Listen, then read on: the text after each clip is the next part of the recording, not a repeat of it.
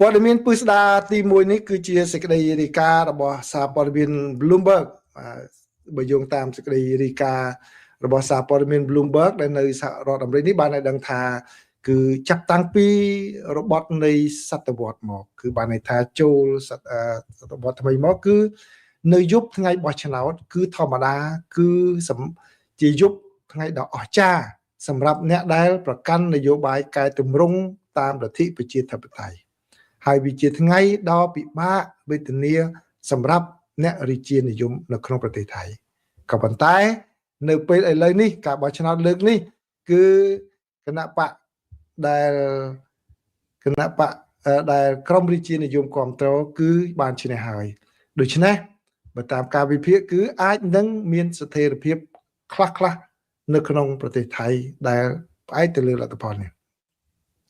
លទ្ធផលដំបូងពីការបោះឆ្នោតនៅថ្ងៃអាទិត្យបង្ហាញថាគណៈបកភូមិใจថៃដែលកំពុងកាន់អំណាចគឺកំពុងតែស្ថិតនៅលើផ្លូវទទួលបានអាសនៈចំនួន191នេះបើយោងតាម Bloomberg គាត់ផ្សាយថា191ដល់តួលេខគាត់ចាស់យ៉ាងម៉េចទៅណាបាទឬក៏គាត់សុក្រិតក៏ប៉ុន្តែបើតាមសារព័ត៌មាននៅក្នុងប្រទេសថៃគឺលោកអនុทินបាន200អាសនៈហើយ200អាសនៈហើយគាត់ថែមទាំងសបាយស្រក់ទឹកភ្នែកយំតែម្ដងបាទគឺទទួលបានអាសនៈ200ជាងតែនៅក្នុងសារព័ត៌មាន Bloomberg ក៏ដាក់191ខ្ញុំជម្រាបជូនប៉ុណ្ណឹង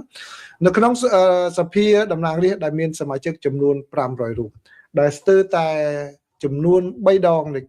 ច្រើនជាងមុនក្នុងការធៀបនឹងការបោះឆ្នោតនៅឆ្នាំ2023គណៈបករបស់នាយករដ្ឋមន្ត្រីអនុทินឆាន់វីរគុលបានប្រើប្រាស់អត្ថប្រយោជន៍នៃការដែលជាគណៈបកកណ្ដាលអំណាចធ្វើយុទ្ធនាការឃោសនាហើយក៏ប្រគល់នយោបាយជាតិនិយមបាទ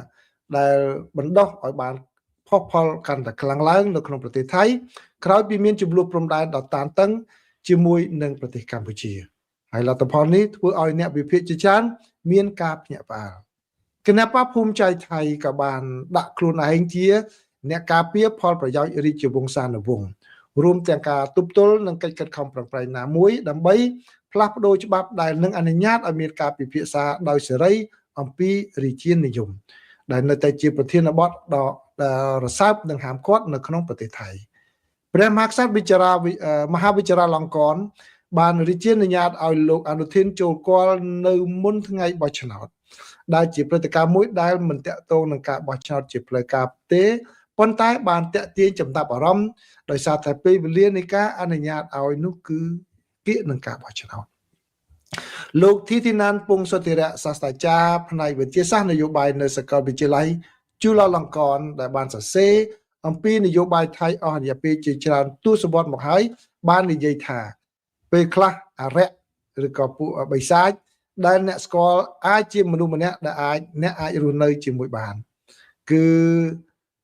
គេគ្រប់គ្នាកំពុងតែគិតអំពីនិរន្តរភាពនិងស្ថិរភាពហើយអញ្ចឹងដូច្នេះជាមួយអ្នកអាក្រក់មួយចំនួនក៏គេទៅប្រឹងប្រែងរស់នៅជាមួយគ្នាលោកបានបន្ថែមថាការភ្ញាក់ផ្អើលដែលបង្កឡើងនៅព្រះបរមរាជវាំងគឺមានសារៈសំខាន់ណាស់នៅក្នុងការជួយជំរុញគណៈបករបស់លោកអនុทิនដោយលោកបានថ្លែងសម្ដៅទៅលើការចូលគាល់ព្រះមហាក្សត្រដោយលោកអនុทิនផ្ទាល់ពីព្រោះនេះជាការមួយបង្ហាញថាគឺព្រះមហាក្សត្រគាំទ្រលោកអនុทินជាបេក្ខជនមួយសម្រាប់នាយករដ្ឋមន្ត្រីនេះគឺជាការបញ្ជូនសារយ៉ាងច្បាស់ក៏ប៉ុន្តែមិនបញ្ចេញសម្លេងលទ្ធផលនេះតំណាងឲ្យសេណារីយ៉ូដ៏ល្អបំផុតសម្រាប់ស្ថាប័នរាជានិយមដែលបានប្រើប្រាស់រដ្ឋប្រហារយោធានិងការសម្រេចចិត្តរបស់តុលាការដើម្បីទម្លាក់នាយករដ្ឋមន្ត្រីចំនួន6នាក់ចាប់តាំងពីដើមសតវត្សមករួមទាំងមហាសេដ្ឋីទូរគមនាគមន៍លោកថាក់ស៊ីនស៊ីណាវ៉ាត់និងសម្ព័ន្ធមិត្តរបស់គាត់ផងដែរលទ្ធផលនេះក៏ជាការដើរថយក្រោយដ៏សំខាន់សម្រាប់ចលនាគ្រប់គ្រងលទ្ធិប្រជាធិបតេយ្យដែលបានព្យាយាមកាត់បន្ថយអំណាចរបស់រាជានិយមអ្នកបោះឆ្នោតថៃដែលបានជ្រើសរើសជំនួសមកវិញសម្រាប់គណៈបកដែលប្រកាន់គោលនយោបាយផ្លូវកណ្ដាលឲ្យមកកាន់អំណាចនេះ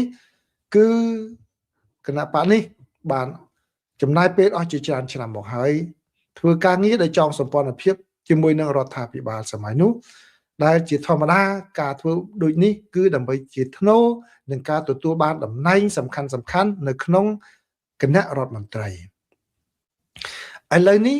គណៈបកភូមិใจថៃនឹងមានឱកាសដឹកនាំអ្វីដែលជាសម្ព័ន្ធភាពភាគច្រើននៅក្នុងសភាជាន់ទាបបន្ទាប់ពីបានបដូរឈ្មោះខ្លួនឯងដោយជោគជ័យថាជាការបោះឆ្នោតតែមួយគត់ដែលអាចសម្រេចបានសម្រាប់ស្ថិរភាពនៅក្នុងប្រទេសមួយដែលបានឆ្លងកាត់នាយករដ្ឋមន្ត្រីចំនួន10រូបក្នុងរយៈពេល20ឆ្នាំមកនេះលោកអនុทิនបានប្រាប់អ្នកយកព័ត៌មាននៅល្ងាចថ្ងៃអាទិត្យថាយើងគិតថាប្រទេសថៃឥឡូវនេះស្ថិតក្នុងស្ថានភាពមានស្ថិរភាពហើយយើងទន្ទឹងរង់ចាំបន្តទៅមុខនឹងការបង្កើតគណៈរដ្ឋមន្ត្រីនិងរដ្ឋាភិបាលដែលកាន់តែរឹងមាំលោកនៅតែត្រូវការដៃគូសម្ព័ន្ធភាពដើម្បីធានាឲ្យបានសម្លេងច្រើនចំនួន251អាសនៈដែលត្រូវការដើម្បីបង្កើតរដ្ឋាភិបាលសម្រាប់កាន់អំណាចដៃគូសក្តានុពលរួមមានគណៈបកភឿថៃដែលគាំទ្រដោយប្រជានិយមគឺលោកថាក់ស៊ីនស៊ីណាវ៉ាត់ដែលមានអាសនៈចំនួន74និងគណៈបកខ្លាថាមដែលមានអាសនៈចំនួន59ក៏ដូចជាគណៈបកតូចៗមួយចំនួនផងដែរសម្រាប់អ្នកតាមដានប្រទេសថៃ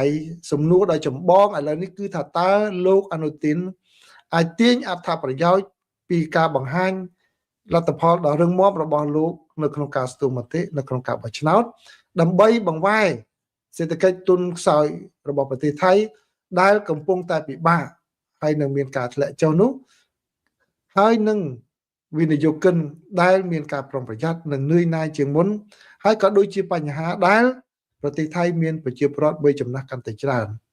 តើត្រូវប្រែក្រឡាស់ជាជំនះនៅក្នុងការបោះឆ្នោតនេះឲ្យដោះស្រាយបញ្ហាទាំងអស់នេះដោយរបៀបណាកំណើនសេដ្ឋកិច្ចជាមធ្យមមានប្រហែល 1% ក្នុងមួយឆ្នាំចាប់តាំងពី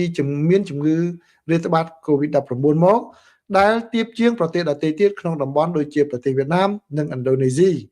ហើយកាន់តែធ្ងន់ធ្ងរឡើងដោយបរិយាកាសភូមិសាស្ត្រនយោបាយដ៏ច្របូកច្របល់និងសម្ពាធពាណិជ្ជកម្មរបស់រដ្ឋបាលលោកត្រាំដែលបានដាក់នៅលើប្រទេសថៃគណៈពេលដែលគណៈបកប្រជាជនបានឈ្នះចំណែកដ៏ធំបំផុតនៃការបោះឆ្នោតដ៏ពេញនិយមដោយសារតែគណៈបកនេះគឺទទួលបានព្រោះតែគោលនយោបាយចង់ផ្លាស់ប្ដូរការដឹកនាំនៅក្នុងរដ្ឋាភិបាលនោះហើយនឹងការធ្វើកំណែតម្រង់សេដ្ឋកិច្ចគឺការដែលលោកអនុทินបានឈ្នះនៅពេលនេះគឺបានធានានៅចក្ខុវិស័យកម្រិតមធ្យមតែប៉ុណ្ណោះបាទហើយនឹងងាយសម្រាប់ប្រទេសថៃបាទដែលជាគណៈបកមួយតែក្នុងពេលកន្លងមកគឺគេផ្ដោតទៅលើគោលដៅមានតិចតួចបាទគោលដៅមួយចំនួនរបស់គណៈបកខ្លះគឺផ្ដោតទៅលើការចាយប្រាក់និងគោលដៅកំណើនសេដ្ឋកិច្ចដែលខិតខំប្រឹងប្រែងធ្វើយ៉ាងណាឲ្យបាន 3% ដើម្បីអាចធានានៅក្នុងការប្រកួតប្រជែងជាមួយនឹងប្រទេសជិតខាងបានគណៈបកភូមិใจថៃក៏បានដាក់ចេញនៅគំនិតព្រួយផ្ដើមមួយដើម្បីជួលអ្នកថែទាំមនុស្សចាស់ចំនួន100,000 នាក់នៅសម្រាប់ថែទាំមនុស្សចាស់នៅក្នុងប្រទេសថៃហើយនឹងការផ្ដោះប្ដូរលែងឲ្យមានកាតព្វកិច្ចកងទ័ពគឺដោយជំនួសមកវិញគឺឲ្យមានការចូលយោធាដោយស្ម័គ្រចិត្តវិញទោះបីជាមានការគាំទ្រយ៉ាងខ្លាំងចំពោះស្ថាប័នអភិរក្សនិយមក៏ដោយប្រជាជនថៃក៏បានបោះឆ្នោតនៅថ្ងៃអាទិត្យបាទក្នុងការបោះឆ្នោតប្រជាមតិដើម្បីកែប្រែរដ្ឋធម្មនុញ្ញឆ្នាំ2017ដែលបានព្រៀងឡើងដោយពួកយោធាដែលជាដំណើរការកែតម្រង់ដែលរដ្ឋាភិបាលដឹកនាំដោយគណៈបកភូមិใจថៃខិតខំធ្វើជាយូរមកហើយដើម្បីទប់ស្កាត់មិនឲ្យមានការធ្វើកំណែតម្រង់លោកអនុทินបានបង្ហាញសញ្ញាថាគណៈដែលលោកគ្រប់គ្រងការសរសេរឡើងវិញនៅរដ្ឋធម្មនុញ្ញជាគោលការណ៍គឺរដ្ឋបាលរបស់លោកនឹងការពារស្ថាប័នរាជានិយមមិនឲ្យក្រុមដែលនិយមជ្រុលវាយប្រហារណាមួយឡើយបាទនេះគឺជាសេចក្តីរាយការណ៍របស់សារព័ត៌មាន Bloomberg ណាបានរាយការណ៍ឲ្យដឹងពីជ័យជំនះរបស់លោកអនុทิនបាទខ្ញុំនឹងចូលរួមចែករំលែកគំនិតផ្ទាល់ខ្លួនក៏ដូចជាគំនិតរបស់អ្នកដែល